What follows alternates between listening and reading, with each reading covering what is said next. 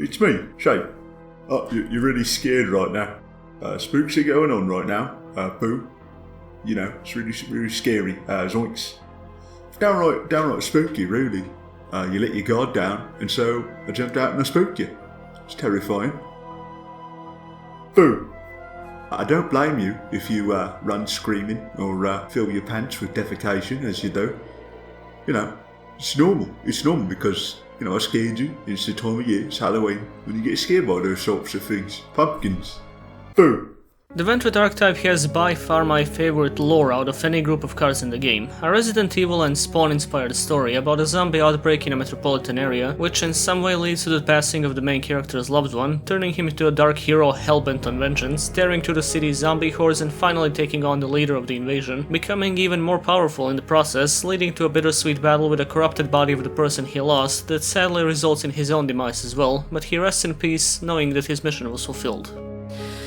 Which only makes it all the more infuriating that the archetype itself is a load of corpse drippings. Let's check out exactly why, shall we? Vendreads, very closely associated by name to something completely different, were a series of TCG exclusives released in batches of 4 to 5 cards over the span of 4 sets, alongside the arguably just as unimpressive FAs. As a classic victim of the post-2014 zombie archetype overbalancing epidemic, we'll be looking at them in release order just to try and replicate the growing despair of nothing good coming out of this initially promising deck, and seeing which variants came the closest to being considered decent. We start off with Vendread Hound Horde, a level 3 dark zombie with 0 attack and 2100 defense, and if this card is in your graveyard, you can discard one Vendread card, special summon this card, but banish it when it leaves the field. You can only use the effects of Vendread Hound Horde once per turn. A Vendread monster ritual summon using this card on the field gains the following effect. Once per turn during either player's turn, you can target one spell or trap card your opponent controls, banish it. Barring the untapped horror comedy potential of a zombie basset hound, Hound Horde doesn't have much to offer. It does, however, outline the basic premise of the Vendread Pringles. One recursion related effect and one effect it gives to the ritual monster using it as material from the field.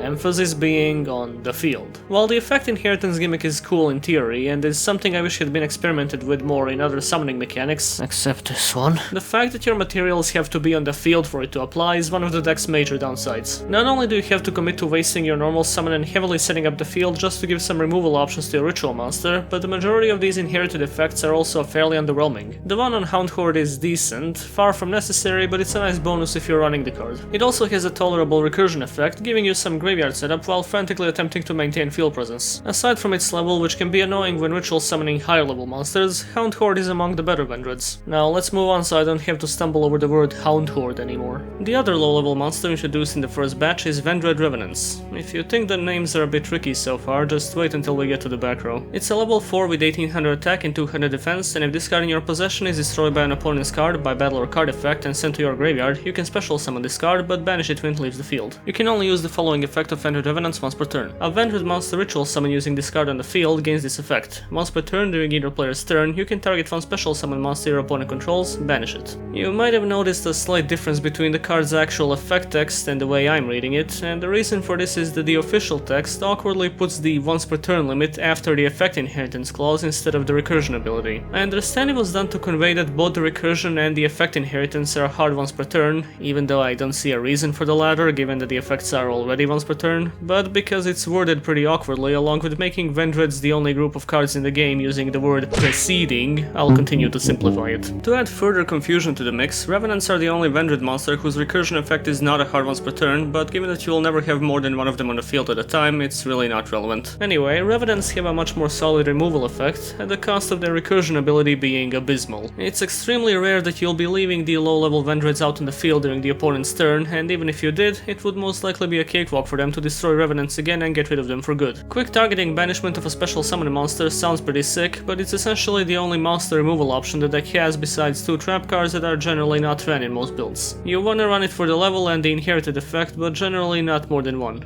Unless zombie girls are your thing. I mean, on a case-to-case basis, their first ritual monster is Revendread Slayer. The re in front of the name means he's a good guy, cause that's the moniker they decided to go with, I guess, at the cost of slight confusion. It's a level 6 ritual with 2400 attack and 0 defense, and you can ritual summon this card with any Vendread ritual spell. Once per battle, if this card battles an opponent's monster during damage calculation, you can banish one zombie monster from your graveyard. This card gains 300 attack. If this ritual summoned card is sent to the graveyard, you can add one ritual spell from your deck to your hand, and if you do, send one Vendread monster from your deck to the graveyard. You can only use this effect of Revendread Slayer once per turn. See, the first sign of trouble wasn't just the on-field requirement for the effect inheritance. It was also the god-awful ritual monster. It is pretty baffling how this type of card was made in late 2017. Banishing zombies from your graveyard for that pathetic, although admittedly permanent boost wouldn't be that bad in theory if banishing them had some immediate benefits as opposed to just being a hefty cost which you may or may not compensate for later. Besides, Vendreads already banished themselves enough even without Slayer's interference, but it's appreciated that you can use any zombie monster as cost. The floating effect is actually pretty decent, but given how underwhelming this archetype's plays are, it most likely won't result in any solid comebacks. I actually appreciate the focus on battle from an aesthetic standpoint, but it's funny that a zombie-based archetype would result in combat that feels so anemic. Their first ritual spell is Vendread Origin. I know this is supposed to be tragic, but I can't shake off the feeling that I'm looking at a panel of an NTR manga. This card can be used to ritual summon any Vendread ritual monster from your hand or graveyard. You must also tribute monsters from your hand or field, and or banish zombie monsters from your graveyard whose total levels equal or exceed the level of the ritual monster you ritual summon. If a Revendread Slayer you control would be destroyed by battle or card effect, you can banish this card from your graveyard instead. There's a universe somewhere out there where this is one of the best ritual spells ever made. Unfortunately, that's a universe where the rest of this archetype is good, which we're definitely not a part of. Not only does Origin let you summon from the hand or graveyard, but it also lets you use materials from said graveyard, and along with giving protection to your Slayer, it's also searchable by pre-prep due to mentioning his name. We do, however, again run into the problem of Vendreads being excessively focused on banishing themselves from the graveyard, which means you need to spread out your resources as thinly as possible if you want to attempt any decent recovery. This archetype is not allowed to make a step forward without taking at least one back. Still, you'd be stupid not to run 3 of these. Their first trap card is the somewhat awkwardly named Vendread Reorigin. I mean, I get it. It's not clever or anything, but I get it. Target one face-up monster your opponent controls that has a level. Tribute it, and if you do, special summon one Vendread token, which is a dark zombie with 0 attack and defense, with a level equal to the tributed monster's original level. While the token special summoned by this effect is on the field, you cannot normal or special summon monsters except Vendread monsters. Pretty bad asset for first glance, because tributing your opponent's monsters is always a nice treat, but the card falls apart pretty quickly because Lynx and Xyz monsters are completely unaffected by it, removing a small monster from the field is no longer effective interruption, and the summoning restriction can be somewhat nasty. Still, it's some of the simplest pieces of removal the deck has access to, and the restriction is loosened quite a bit by their Link monsters, so it's not all bad. You can run it in a build more dedicated to their trap cards. So after the promising but slightly underwhelming original showing, we move on to the second support wave, with the only Pringle being Vendread Streaks, cause god forbid you call them crows or anything else that doesn't require a pronunciation manual. It's a level 2 with 500 attack and 2000 defense, and if this card is sent to the graveyard, you can reveal one Vendread card in your hand, special summon this card, but banish it when it leaves the field.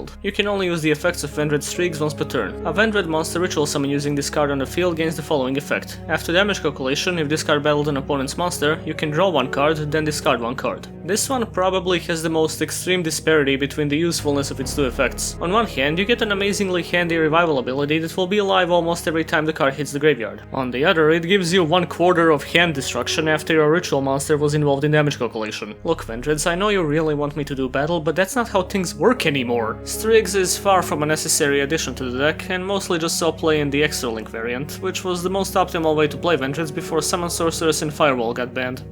Yeah, the best way to play a ritual deck was Extra Linking.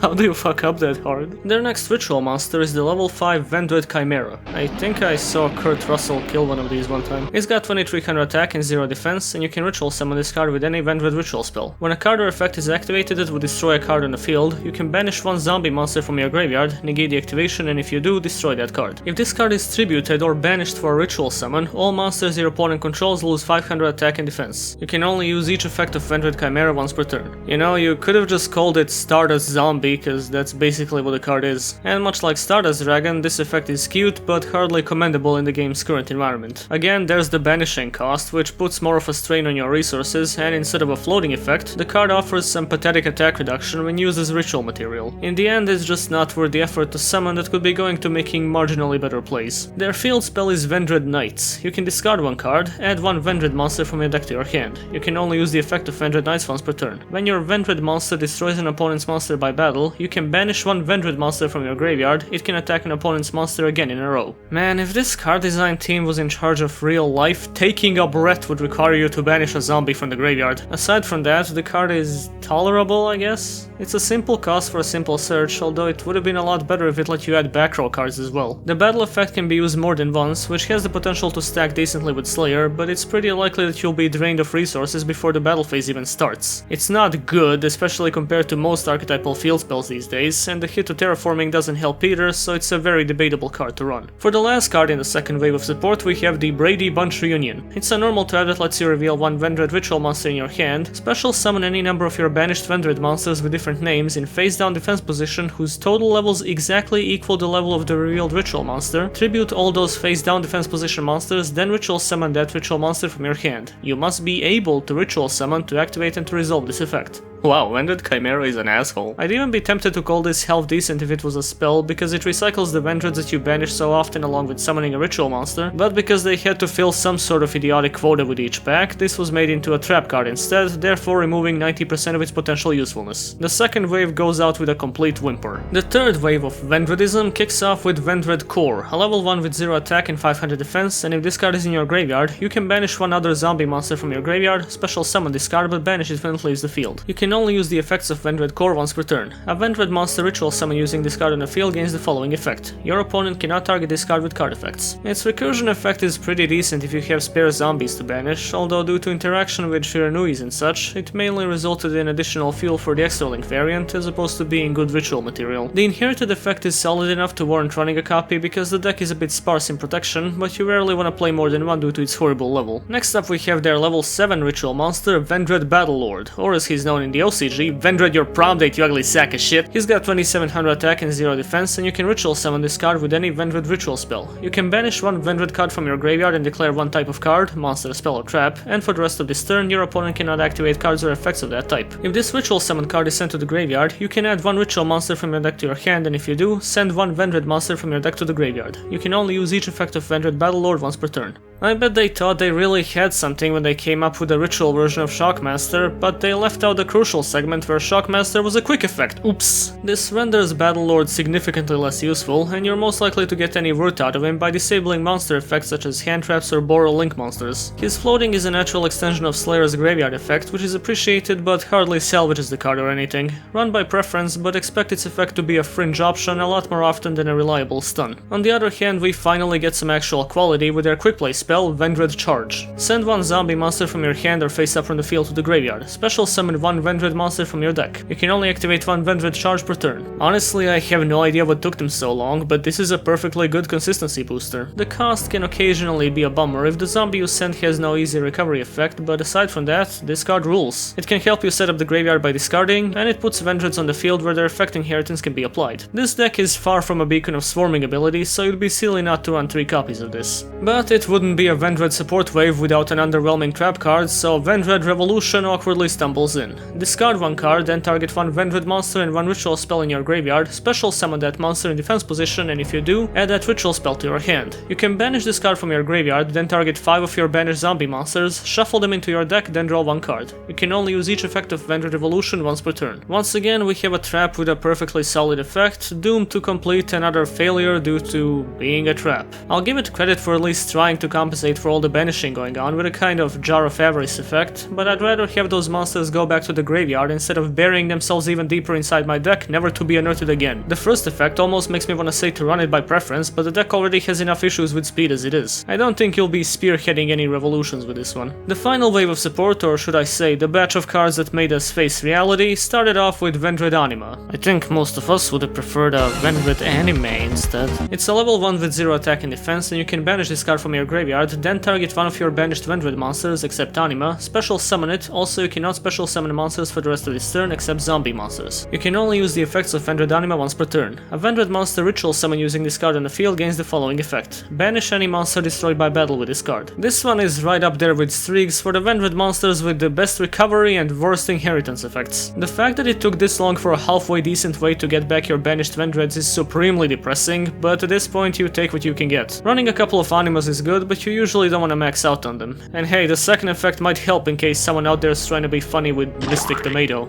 I'm just funny with normal tomatoes. Their last ritual monster is Revendread Executor, a level 8 with 3000 attack and 0 defense, and you can ritual summon this card with any Vendread ritual spell. This card's name becomes Revendread Slayer while on the field. While this ritual summoned card is on the field, your opponent cannot target cards you control with card effects except this card. If this ritual summoned card is destroyed by battle or is destroyed by an opponent's card effect while in its owner's monster zone, you can add one Vendread card from your deck to your hand. You can only use this effect of Revendread Executor once per turn. Needless to say, people were somewhat weirded out that the guy named Executor only has a protection effect. Mind you, it's a pretty decent protection effect, nothing I'd really call outstanding, but it's common practice for the deck by this point. When loaded up with core, your entire field becomes immune to targeting, which is one of the deck's only genuinely formidable plays, especially since the opponent getting rid of Executor nets you a card you could use to try and make a comeback with. In addition, he's also treated as Slayer on the field, which means he gets the extra bit of protection from Origin in the graveyard, so it's an overall good card, I guess. If the entire archetype had been built around this standard, maybe we could have had something pretty neat. As it stands, it's an okay second ritual monster to run. As for their last ritual spell, we have Vendread Evolution. Oh yeah, keep injecting me that semantic taming.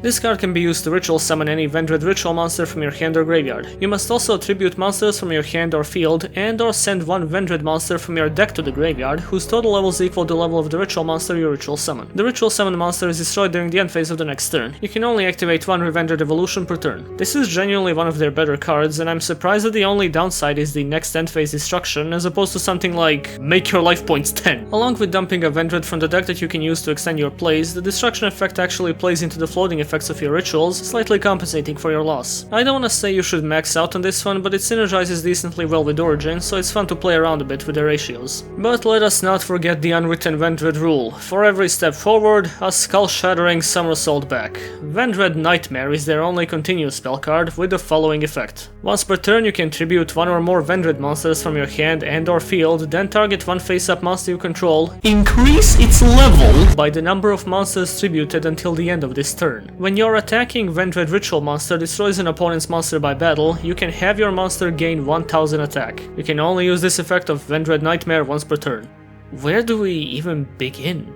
I mean, I guess the name is accurate because it's pretty horrifying that somebody sat down and approved this. I frankly don't know which is my favorite part, the insane cost for a fucking level raise or the attack increase that happens after battle. I know it's supposed to synergize with Knights, but that's already a card almost nobody resorts to using, let alone a barely searchable continuous spell that makes it hit just a little harder. As one final self-kick in the proverbial nuts, they made the attack increase a hard once per turn, so you can't even pull off any crazy attack boosting by rampaging through the opponent's full field. There's pack filler, and then there's charging people money for hypothetical joke cards that accidentally made their way into the production line. Obviously what I'm saying is run 3 Nightmare, even in decks that don't play Vendreads, because more people simply need to witness this to believe it. For their final trap, we have the slightly more tolerable Vendread Daybreak. If your opponent controls more cards than you do, choose one ritual summon Vendread monster you control and destroy all cards on the field except the chosen monster. It cannot attack directly while it remains face up on the field. You can only activate one Vendread Daybreak per turn. I understand the effect is like that almost completely for lore reasons, but it's actually a pretty okay nuke. Realistically, you'll be losing with this deck at all times, so an archetypal evenly matched with a more restrictive activation condition is nice to have around. Plus, the attack prevention isn't that big of a deal when you can just link the monster away. This is one of their better cards in the more trap-centric builds. And as the final Vendread card, we have their spin-off Link monster, a Vendread Savior. Oh, I don't like that at all, I hate that. It's a Link 2 with 1600 attack, pointing bottom left and bottom right, requires 2 zombie monsters, and this card's name becomes Revendread Slayer while on the field. You can only use each of the following effects of a Vendread Savior once per turn. You can target one Vendread card in your graveyard, add it to your hand. During damage calculation, if this card battles an opponent's monster during either player's turn, you can send one zombie monster from your deck to the graveyard. That opponent's monster loses attack equal to the level of the monster sent to the graveyard times 200 until the end of this turn.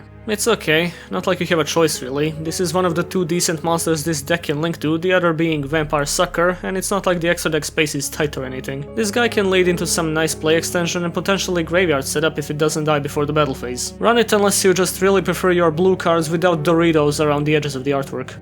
Now let's head over to the Autopsy. What can be said about their consistency is the same thing that can be said for most underwhelming zombie decks, which is that if it wasn't for generic support like Unizombie, Mizuki and Gozuki, Shiranui Solitaire, etc., they would be dead in the ground. Alongside this, Vendreads are able to run generic ritual support like pre-prep and incantations and such, so while the archetype itself is ostensibly lacking in that department, it's vaguely saved by outside sources. The problem arises in the fact that the presence of Vendreads actively hampers the zombie engine as opposed to being assisted by it, as well as the the fact that their back row is obnoxiously inaccessible, so it's a rough battle to get past a high 2 grade here. If I bumped it to a 3, it would mainly be on the virtue of other engines in the deck. Their power output is similarly nothing special. The deck can occasionally hit hard, but those are some very rare occasions. Most of the time you have a 2000 something beater out on the field, sometimes assisted by things that didn't end up used as materials, quietly praying that they managed to get another attack in before the inevitable violent retribution. For a battle-focused deck, this is embarrassing. The recovery is probably their strongest point, as the various floating effects of the monsters let you recycle a bunch of resources, even though that tends to be a one and done kinda deal. The ritual spells fetch materials from some pretty far off places, which can result in sudden rituals hitting the field, which is pretty commendable by itself. The Vendread's recursion ended up being the most relevant aspect of the archetype in the long run, so I feel comfortable giving it a solid 3. As for the protection, it's technically pretty good, it's just that there isn't a lot of it. As already said, Executor infused with Core with origin in the graveyard makes for a pretty sturdy field, but this setup doesn't happen too often and is basically the extent with the deck's protection. It existing pushes it to a grade of 2, but it's on very thin ice. It's hard to talk about the deck's versatility after its most competitive version has been dead in the ground for more than a year now. There is room to experiment with different variants like Incantations, Zombie World, Ritual, or Trap-centric builds, but none of these really stand out in any particular fashion. Whatever you try to spice them up with, Vendreads remain a subpar Ritual archetype with traces of potential sprinkled here and there. It's a deck that would have all the versatility in the world if it solved its own fucking problems beforehand. I give them another theoretical 3 here. My grades mean fucking nothing at this point.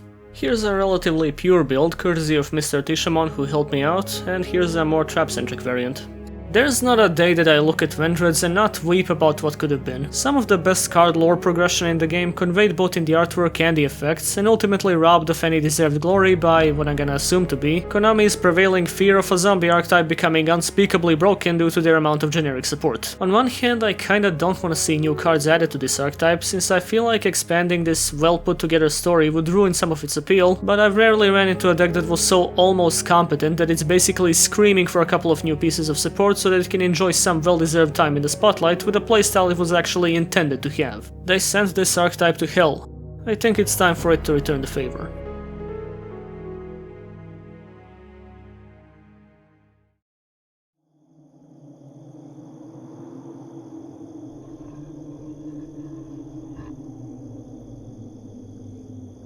Hey everyone! Yeah, the season of spooks is almost upon us and I needed some Halloween decorations. So I dug up some dead bodies. Yep, I got a few here. And we're just gonna take these on out of here. But do I dig up one more? Help me! I think I have enough.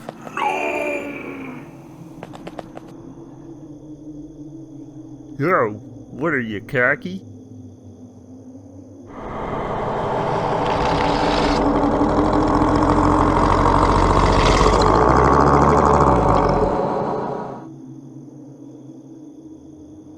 I gotta get going now.